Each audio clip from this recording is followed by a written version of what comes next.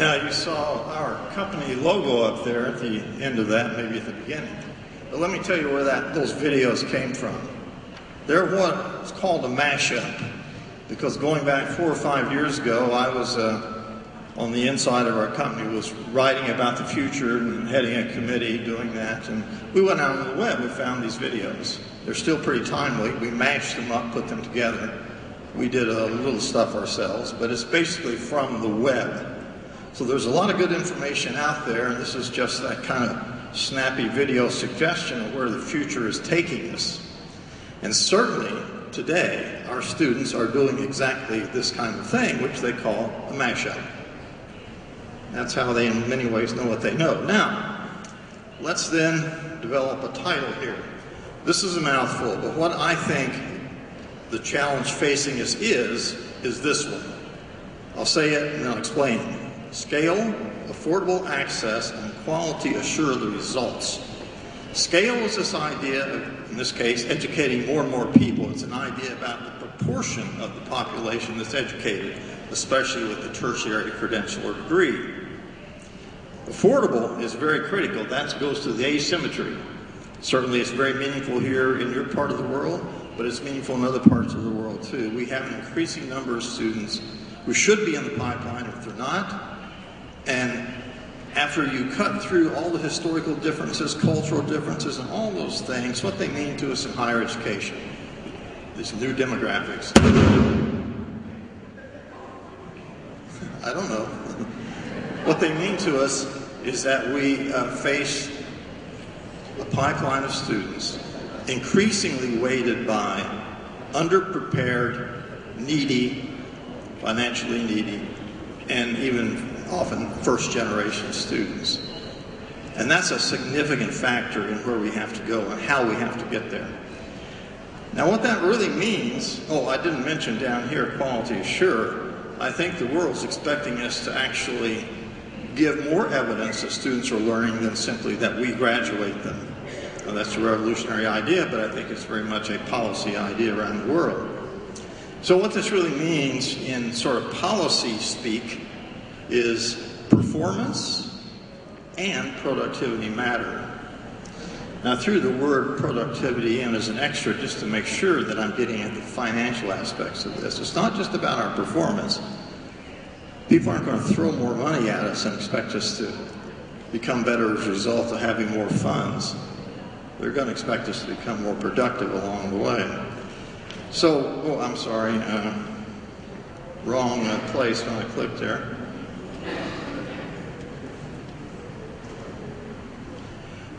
So what I want to do then is take us into this cloud.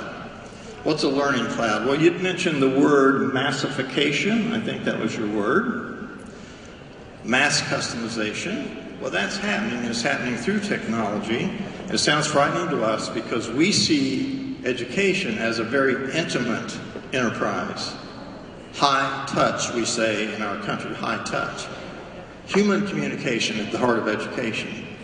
And yet this idea of massification seems to be saying, no, we throw technology at it and that high touch goes away, but it doesn't. And in the learning cloud, we not only meet the students where they're living in the cloud, Facebook and whatnot, but we also begin to get some new economies of operational scale by going into the cloud. And we're also able, if we can sort through these issues of how to reach people with these masses of information that are out there, we also get a chance to, early in life, make educational contact with the students who most need it. Again, the asymmetry of the problem. So I want to talk a little bit more about the learning cloud. I won't have time to go real far, but let's start with this sort of top-level view. And you really already hit upon it in many ways.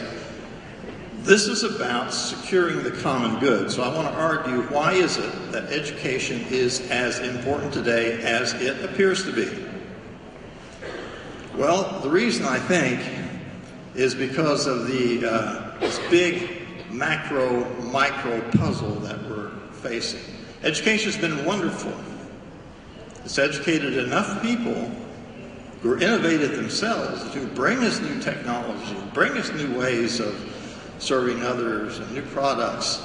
but they're piling up so fast that we really can't, in our own brains and heads, we can't manage the pace of change. So we got to do something about that. We have this saying, which I hope translates, think globally, but act locally. That's the macro, micro. Think globally, act globally. Good advice, we need to do that, but it's not enough. Because our local actions have to add up to global solutions. Would that be true, for example, with the environment? It's not enough to have a wonderful environment here in Argentina. There's another country next door that might be blowing smoke your way, or whatever it might be. So we know we can't solve those problems. We can't secure the environmental common good without really operating at all levels and taking on the kind of collaboration that was mentioned in the last session here. How about the economy? Well, I don't think it needs much explanation when some bad people in the U.S. Brought down the U.S. economy, or nearly brought it down. They also nearly brought down the global economy, all basically in an instant. And that was because of technology, of course, not because of it, but enabled by it. Next one, you also mentioned, I think you used the word equity, I'm using equality, but this is a huge challenge, even in countries that had a head start. So I've been here in Latin America many times, and I see the disparities that you mentioned. We all recognize them. And so you have a challenge. Even here in Argentina, you have a huge challenge. You're making higher education available for free. But think about what happens if you meet the challenge of getting more and more people in, and they're coming from poorer families. Those asymmetries now come into it. Think about that challenge. That's huge. So if we're going to build a more equitable world, we need also to think about how we do that. And I would suggest that all three of these are interlinked, that one of the problems today is that everything and everyone are interconnected, connected one to the other. So we sometimes, excuse me a second, we sometimes don't know where to begin. And I think we have to begin at home, but we have to think globally and then think about how we knit together all of these local solutions. And so what's happening is recognizing these big, huge, hairy problems, the complexity of the problems we face as humanity, as a civilization. Our policy leaders are saying, wow, education is important. It is a common good, and so we have to educate more people. We have to scale this thing up. We have to make sure its productivity is there so we can afford it. We have to find new models for doing it, and the brains race is on. Now, I think it's wrong, though, to think of this as a race. Every modern nation has its version of this. In our country, the president has said, we want to increase the proportion of the adult population holding a tertiary degree from its present 40% to 60% in 1 decade. And I can tell you that isn't going to happen. Now, I don't know all the figures. The OECD holds them for your countries. But you have those same challenges. That is the brains race, a race for intellectual capital. But what we need to be doing is not competing so much with each other, that will always be there, but trying to figure out together how to solve these problems. And I think in Latin America, you do have one unique advantage. We in the US, for example, did something different years ago. We had something back in the 19th century called the Morrill Act, the Land Grant Act. And that really got us started with treating higher education more like an entitlement. It's not an entitlement, but it's more like that. So we started educating a big middle class pretty early on. And then when World War II ended, we had the GI Act, which paid lots of soldiers to go to college. And that added to that. So we developed a huge middle class, but for the past 30 years, we've done nothing to advance that idea further. And we're sitting where we were. Well, you're maybe not where we were, and you didn't make those investments as early perhaps as we did, but you don't have now to carry all the traditions that come with having done something for some time, and you have a cleaner slate. And in my mind, it would be easier for nations across Latin America and the Caribbean to cooperate. I have some explicit ideas about that. I may not be able to get to them in this talk, but I'll be happy to give people pointers to papers and the like. So the brains race is on, and are we trying to be the best institutions in the world or the best institutions for the world? I think we want to be the best institutions for the world. That's the best way to become the best institutions in the world. So the policy perspectives look a lot like this. Yes, there's a brains race, and learning productivity is an agenda. I'm sorry, I went further than I wanted to. Let me go back a sec here. I'm throwing away here. Yeah, there, that's what I wanted. Sorry about that. The policy perspectives in summary form are, yes, there's a brains race, and we need some way to know where we are in that, and that's what I'm going to define in a few minutes as learning productivity. Put learning in there, even though it's about higher education productivity, because our focus is learning. So let's not treat it as though it's an administrative issue. It's largely not. It's an academic issue. And then finally, I think what our policymakers are saying, I know ours are in the US, but I think I hear this and read about this everywhere I go. Education is too crucial to leave to educators. And that's why we have to live up to this idea of acting on the common good. And that means acting not from the inside, but acting from the inside and the outside in cooperation with governments and with people. So what are the forces driving all of this? Well, first one I would say is technology. Technology's changed the world very rapidly, and we're accelerating into the cloud. The second one, though, are the population issues. First of all, there's the demographics, and you've talked quite a bit about that with some good numbers. But basically, it boils down to whether you slice it and dice it by national origin, by culture, by language, no matter how you do that. In educational terms, more financially needy students, underprepared, and probably first-generation college coming into our institutions if we're going to grow this proportion of the population holding some kind of credential. The psychographics, I learned that from my marketing friends once I entered business.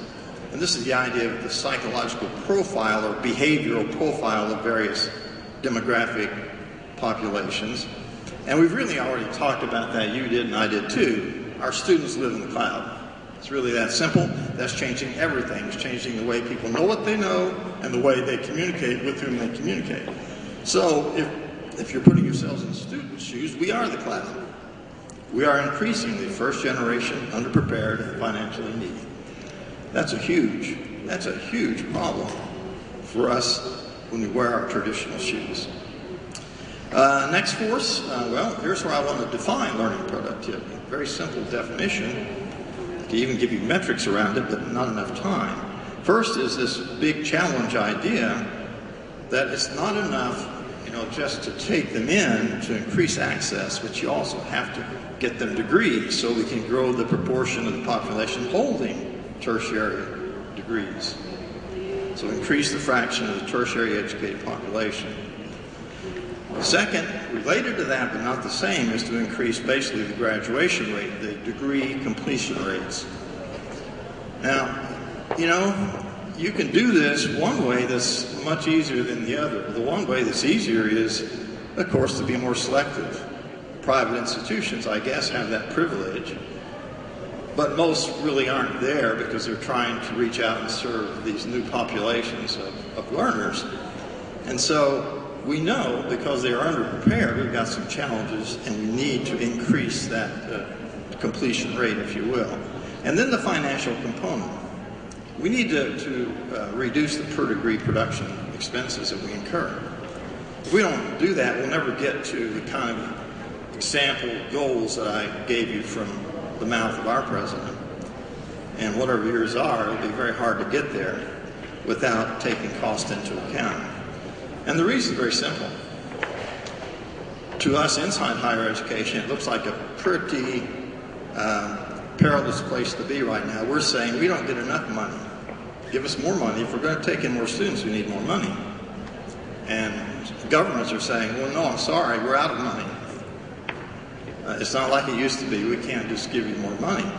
Students and parents are saying, especially those coming from underserved backgrounds, are saying, it's too expensive for us. We don't understand the whole thing. We can't get good information about it. We don't know. We don't learn that it's even possible to go to college until it's almost too late to find out what that means. And then where does the money come from? Well, in Argentina, it comes from the state, from the federal government. But if you're growing the participation rate, you're going to have, I think, a problem down the line keeping up that free education promise. You may need to go to some kind of need-based promise. But I love the idea of promise. And then last but not least is that last idea that we've got to find a way to account for what we do independently. When America began its job a few years ago to bring down the global economy, it turns out one of the things that was radically wrong in the equation that allowed that to happen was that the assessment agencies, the rating agencies like Moody's and Standard & Poor's and Fitch's, were actually being paid by the people they were rating. And we just can't operate that way. So although we're going to continue to give the degrees, we should do that. We should find some place where we can all agree that students as individuals need to be assessed periodically, probably starting at age 15, but assessed periodically. And I think that would be in the basic core skills. Communication, critical thinking, those things. There are global examinations, in fact, that cover those skills. And just to have perhaps government fund that. And then we will know where students stand when they come to us. And maybe their parents will be incented through the kind of work you do here, the promissory education that you offer here. Maybe governments will be incented, and providers like you will be incented to take the students' money, because you'll know where the students stand, but you'll have to give up something, which is possibly you'll have to start putting some metrics on these two ideas and this one. And of course, this one up here is partly about, are we producing the right degrees? What do we need? Teachers, nurses, engineers? What is it? It's not just a degree, it's market demand preceding the degree. So to begin to wind this down, let me see where I'd like to go next. Faculty role is probably important. Let me bring that up. I was a faculty member. I think I understand the role there. And if we use the metaphor, learning as an expedition, moving students from point A to point B on this trip, we want learning to be active. Now, we've always done these two things. We've organized the learning resources, picked the textbooks, the course packs, and those kind of things. We've always made assignments to students and graded them individually in many ways. But if we do only those two things, which we can do online through learning management systems today, we still don't have an education, because most students need help learning.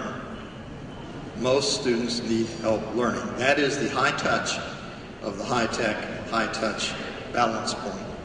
So what's needed in the model of this active learning is what's in the center of the screen here, and this is the faculty role. And that's why we need our faculty involved. This is not a pitch for throwing everything up on the web. This is a pitch for being very meaningful and thoughtful about where we're going with this, but using the new technologies to drive better learning results and lower learning delivery costs.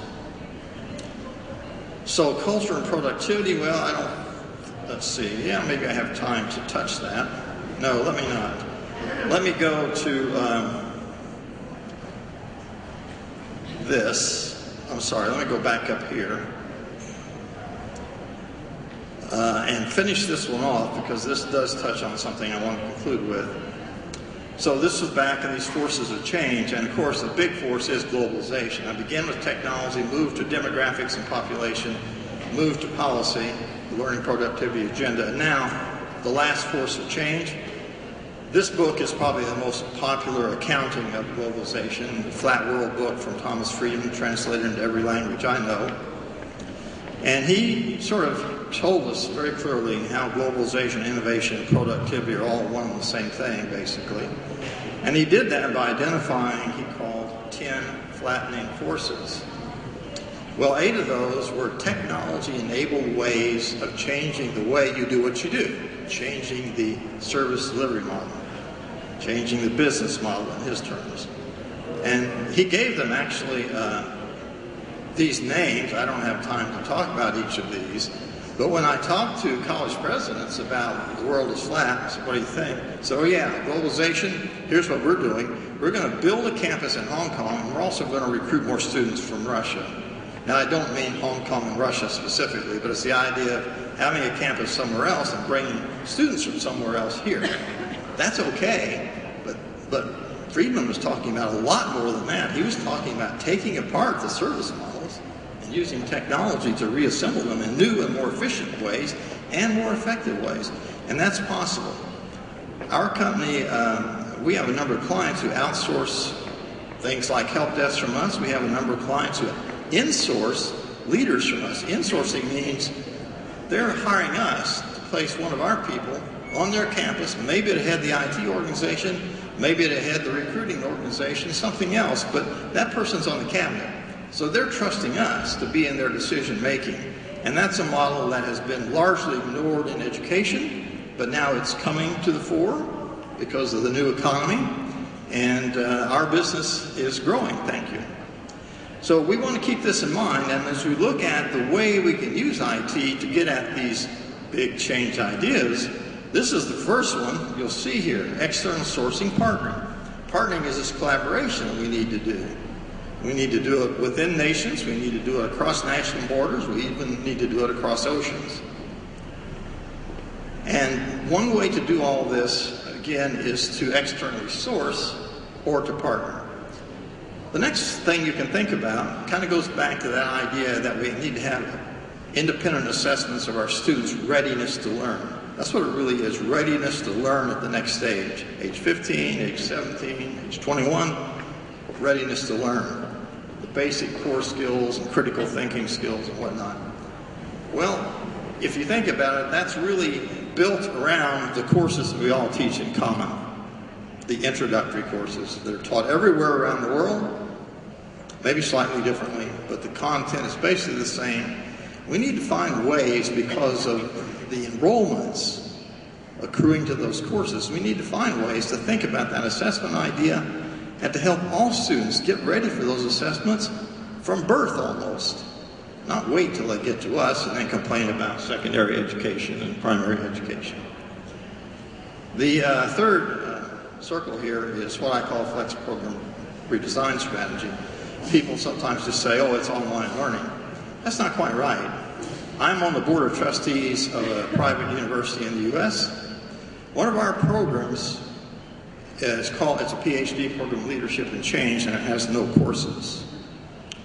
So it's almost entirely online, but the students do gather 4 times a year, about 2 days each time, each quarter of the year.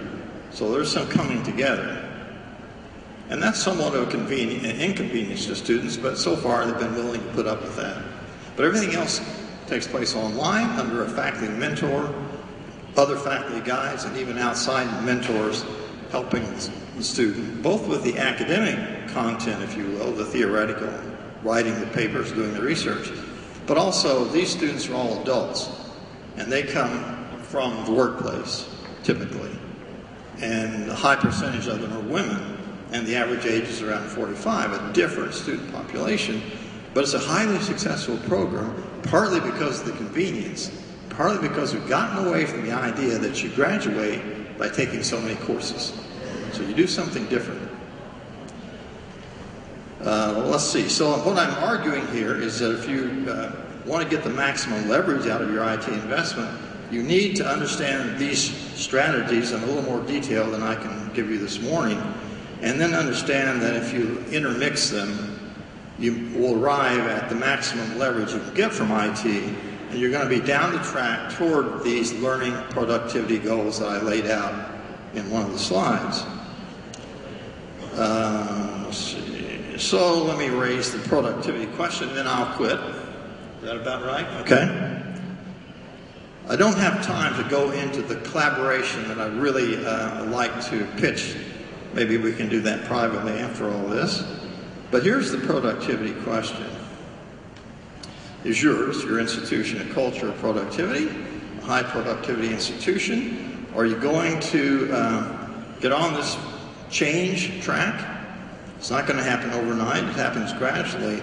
But in the end, the new round peg won't fit in the old square hole. It's going to take some considerable change on our part as to how we do things. And you're only going to get there if you take this as a purposeful, not sure why that word did that, as you take this as a purposeful challenge. And if you don't do that, then you're very likely to end up here. Random acts of progress and productivity.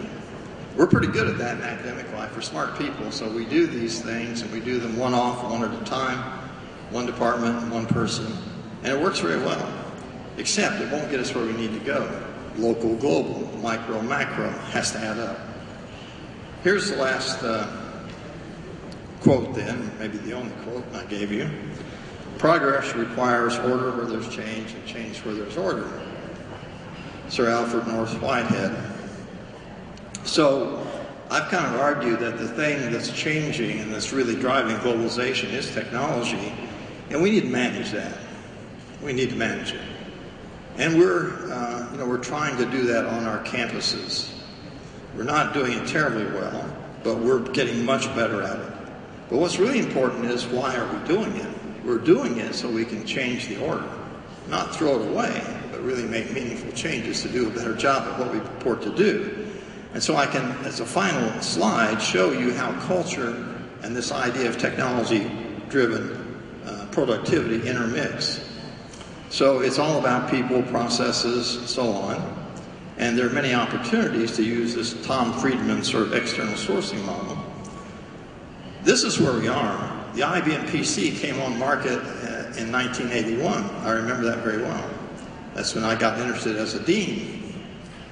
It's been around a long time, and the things we've done with it have moved from just word processing and spreadsheets and things like that to Facebook. The internet came along, and it's now a real medium of communication and knowledge. But still, from our perspective, it's just about their individual productivity. So it's really kind of about balancing the cost you put into technology with the satisfaction your faculty, colleagues, and your students get out of it. There is no right price. But that's a long way from what I've been talking about. So the next level up is where the cultural change starts to come. Information productivity. All the information in your systems that you can't use, you can't get answers about your own institution. So even if you have goals that you're willing to measure, it's very difficult to measure them. And that's going to require the most difficult thing of all, the change to a culture of evidence. That's leadership on your part. On the technology side, this is what the commercial sector calls business intelligence. Not quite the right phrase for us, but it's all about predictive analytics and better reporting, common data, is the real data. But even that's not enough. It's not enough to know where you are if you're not willing to act on where you are, and that's where this learning productivity comes in, and that's when you really have a culture of performance. So, again, let me thank all of you. I appreciate this opportunity, and I'm happy to we have other people here than just myself. Josiane, where are you? Oh, there you are. We have a couple of people here, I think. So if afterward you want to learn more about what we're doing around the globe with our 1,600 clients, greatest part of them now, the greatest growth among them now coming from outside the U.S., we'd be happy to answer. Thank you.